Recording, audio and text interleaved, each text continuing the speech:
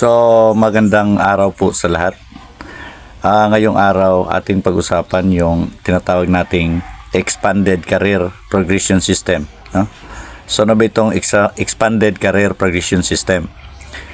So, sa umpisa, nag-issue ang DepEd or Department of Education ng tinatawag nating Expanded Career Progression System. Ito ay para sa lahat ng pampublikong guro na ang purpose or ang layunin nito ay magbigay ng mas malinaw at mas mabilis na pag-usad ng ating mga karera or career. No? Sa ilalim ng bagong sistema, mayroon tayong dalawang pangunahing landas or daraanan, no? Or ways na maaari nating tahakin. No? Sa una, ito yung tinatawag nating classroom teaching career line. No? So kung halimbawa gusto nating manatili sa teaching at maging expert sa ating larangan o sa iyong larangan, ito ay para sa iyo, no?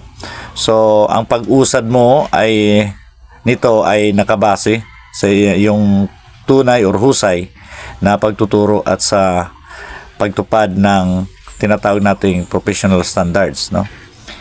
Una, ito ay ang base sa sistema, no? Na nagsisimula sa Teacher 1 at umaabot sa Teacher 7.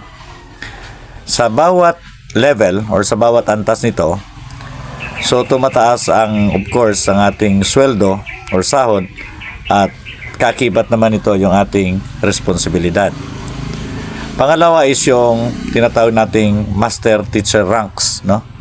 So ito ang pinakamataas na posisyon sa career line na ito na binubuo, no? Ito ng Master Teacher 1, Master Teacher 2, Master Teacher 3, Master Teacher 4 hanggang Master Teacher 5. So ang mga guro na sa antas na ito ay tinuturing na mga eksperto, no, sa pagtuturo at madalas silang nagsisilbing coach, no, or mentor sa iba pang mga guro.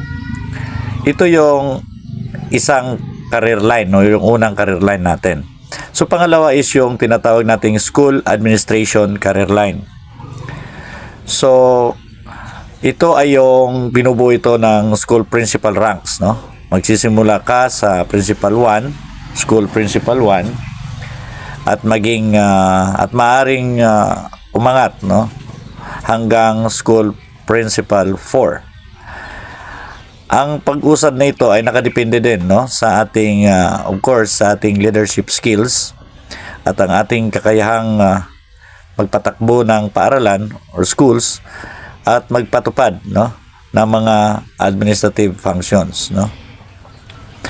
So maaari kang lumipat mula sa isang career line patungo sa isa pa. So basta't naabot mo ang lahat ng kinakailangang kwalifikasyon para sa bagong posisyon. So ang tanong dito is, paano ba tayo mapopromote, no? So ang sistema naman sa pag-promote ay nakabatay sa iyong kakayahan at of course sa ating performance, no? At hindi lang yan, no? Of course, i-consider natin dito yung haba, no, ng ating serbisyo. So ang unang tinitingnan dito is yung ating tinatawag na professional standards, no, or professional na kasanayan. So ito ay sinusukat sa pamamagitan ng ating PPST. So pag sinabi nating PPST, ito ay yung Philippine Professional Standards for Teachers. Ang isa pang dapat na tinitingnan dito is yung kwalifikasyon at ang ating experience, no, or yung ating karanasan. So mahalaga ang tinatawag nating mga edukasyon, yung professional developments natin, katulad ng halimbawa yung mga master's degree, yung doctorate, at yung mga training and seminars na na-attendan natin or yung dinaluhan natin, no? So aside from this, may mga programa ang DepEd sa pamamagitan ng NEAP or NEP or NEAP, yung tinatawag nating National Educators Academy of the Philippines. So ito rin ay nagbibigay ng mga pagsasanay, yung tinatawag din nating mentorship, lalo na para sa mga guro na naghahangad ng leadership roles, no? So sa kabuuan, ang bagong sistema ay of course naglalayong gawin na mas kaaya-aya ang propesyon ng pagtuturo sa pamamagitan ng pagbibigay, no, ng mas malinaw na career path at mas magandang oportunidad para sa pagunlad at tamang kompensasyon. So, ano ba yung mga batayan, no, or yung mga legal na aspeto na napapaloob dito, no? So, yung mga pangunahing batayan at legal na memorandum, ito ay yung pagpapatupad ng sistemang ito ay batay sa mga dokumento katulad ng unang-una is yung tinatawag nating Executive Order Number 174 Series of 2022, no?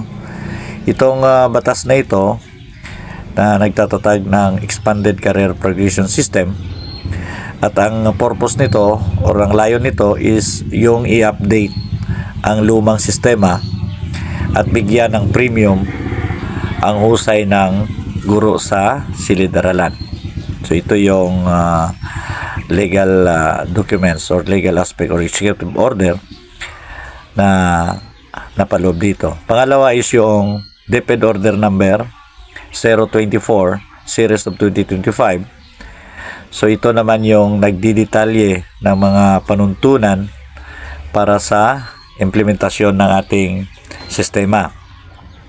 So dito nakasaad ang mga qualifications, yung mga guidelines, yung mga pamamaraan o yung criteria para sa pag-promote, no?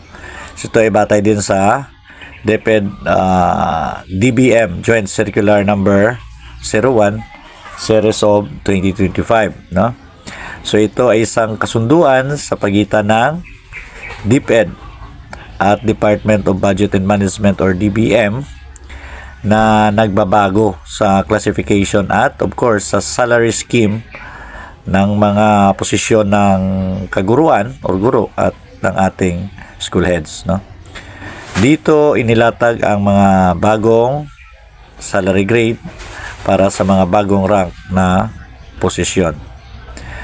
So, ang lahat ng ito ay naglalayong bigyan ng kompensasyon ang pagsisikap at sakripisyo ng mga guro sa pamamagitan ng pagbibigay na mas malinaw na career paths, no?